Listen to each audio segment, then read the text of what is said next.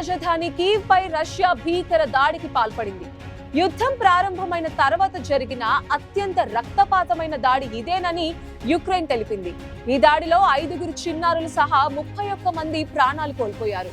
Kyiv నగరంలోని 27 ప్రాంతాలను లక్ష్యంగా చేసుకుని 300కు పైగా డ్రోన్లు, 8 మిస్సైళ్లతో రష్యా విరుచుకుపడింది. ఈ దాడుల్లో నివాస భవనాలు, స్కూల్స్, కళాశాలలు, హాస్పిటల్స్ తీవ్రంగా ధ్వంసమయ్యాయి. ఈ ఘటనలో మృతి చెందిన వారికి సంతాపంగా ఆగస్టు 1న కీవ్ లో సంతాప దినంగా ప్రకటించారు.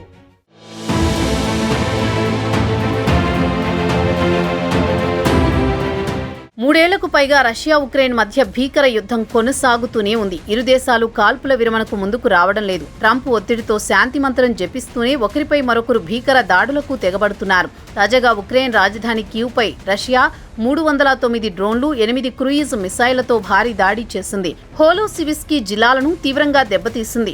డ్రోన్లు, మిసైళ్ల ధాటికి 9 అంతస్తుల నివాస భవనం పాక్షికంగా కూలిపోయింది. ఈ ఘటనలో 2 ఏళ్ల చిన్నారి సహా 3 చిన్నారులు మృతి చెందారు. అంతేకాక పేలుళ్ల ధాటికి ఓ హాస్పిటల్లో చిన్నారుల విభాగం ధ్వంసమైంది. అయితే అదృష్టవశాత్తు ఎవరికీ గాయాలు కాకపోవడంతో వైద్యులు ఊపిరి పీల్చుకున్నారు. రష్యా చేసిన దాడిలో మొత్తం 100కు పైగా భవనాలు దెబ్బతిన్నాయని కీవ్ మిలిటరీ అడ్మినిస్ట్రేషన్ హెడ్ టిమూర్ టకాచెంకో తెలిపారు. రెస్క్యూ బృందాలు శిథిలాల కింద చిక్కుకున్న వారిని రక్షించేందుకు రాత్రంతా పనిచేశాయని, ఒక వ్యక్తిని రక్షించడానికి శిథిలాలలో సొరంగం తవ్వవలసి వచ్చిందని ఇంటీరియర్ మినిస్టర్ ఇహోర్ క్లిమెంకో తెలిపారు. ఈ దాడిలో 16 మంది పిల్లలతో సహా 159 మంది గాయపడ్డారు. 5 చిన్నారులు సహా 30 మందికి హాస్పిటల్లో చికిత్స అందిస్తున్నట్లు కీవ్ మేయర్ విటాలీ క్లిట్స్కో తెలిపారు.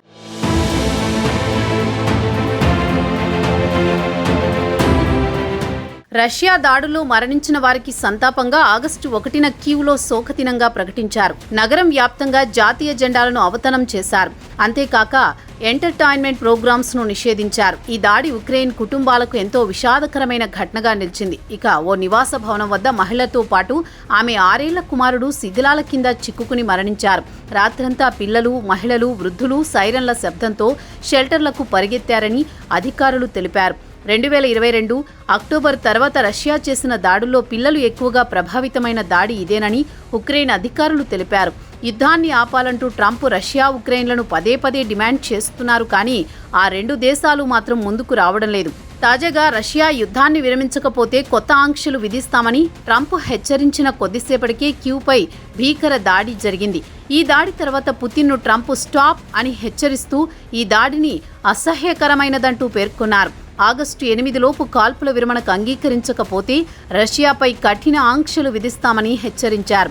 ట్రంప్ ఒత్తిడి చేస్తున్నా రష్యా దాడి చేసిందంటే దాన్ని ధిక్కారంగానే చూడాలని పలువురు విశ్లేషకులు చెబుతున్నారు.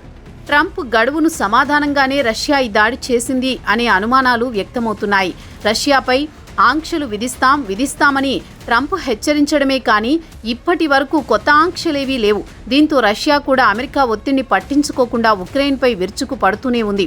కేవలం జూన్ నెలలోనే రష్యా దాడుల కారణంగా 232 మంది చనిపోగా 1343 మంది గాయపడ్డారు. ఇక రష్యా దాడిని ఉక్రెయిన్ అధ్యక్షుడు జెలెన్స్కీ అత్యంత నీచమంటూ మండిపడ్డారు. రష్యాపై మరింత ఆంక్షలు విధించాలని అమెరికా సహా పాశ్చాత్య దేశాలను కోరారు.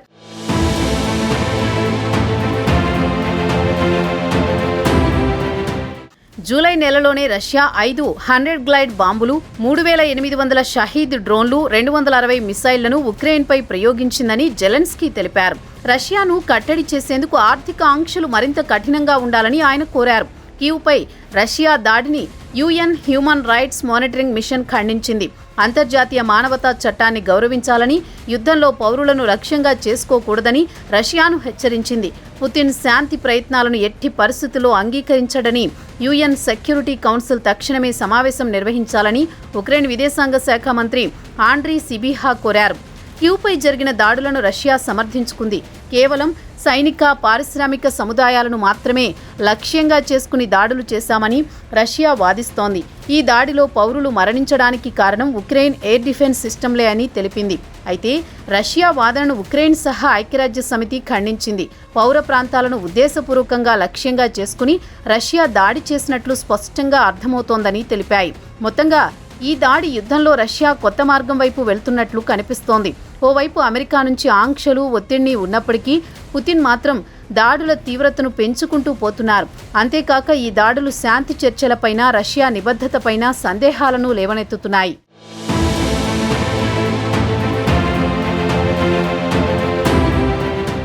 గత 3 ఏళ్లతో పోలిస్తే ఈ ఏడాది జూన్లోనే ఉక్రెయిన్లో అత్యధిక పౌర మరణాలు సంభవించాయి. ఒక్క నెలలోనే 232 మంది పౌరులు మరణించడంతో రష్యా దాడుల తీవ్రతను అర్థం చేసుకోవచ్చని విశ్లేషకులు చెబుతున్నారు. తాజా దాడి కీవ్పై ఈ ఏడాదిలోనే అత్యంత ఘోరమైన దాడిగా నిలిచింది.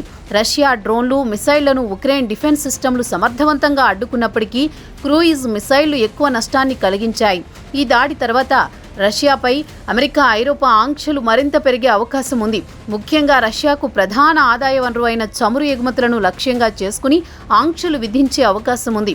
ఎప్పటి నుంచో ట్రంప్ ఆంక్షలు విధిస్తామని చెప్తున్నా ఈ దాడి తర్వాత వాటిని అమలు చేసే అవకాశం ఉందని విశ్లేషకులు భావిస్తున్నారు.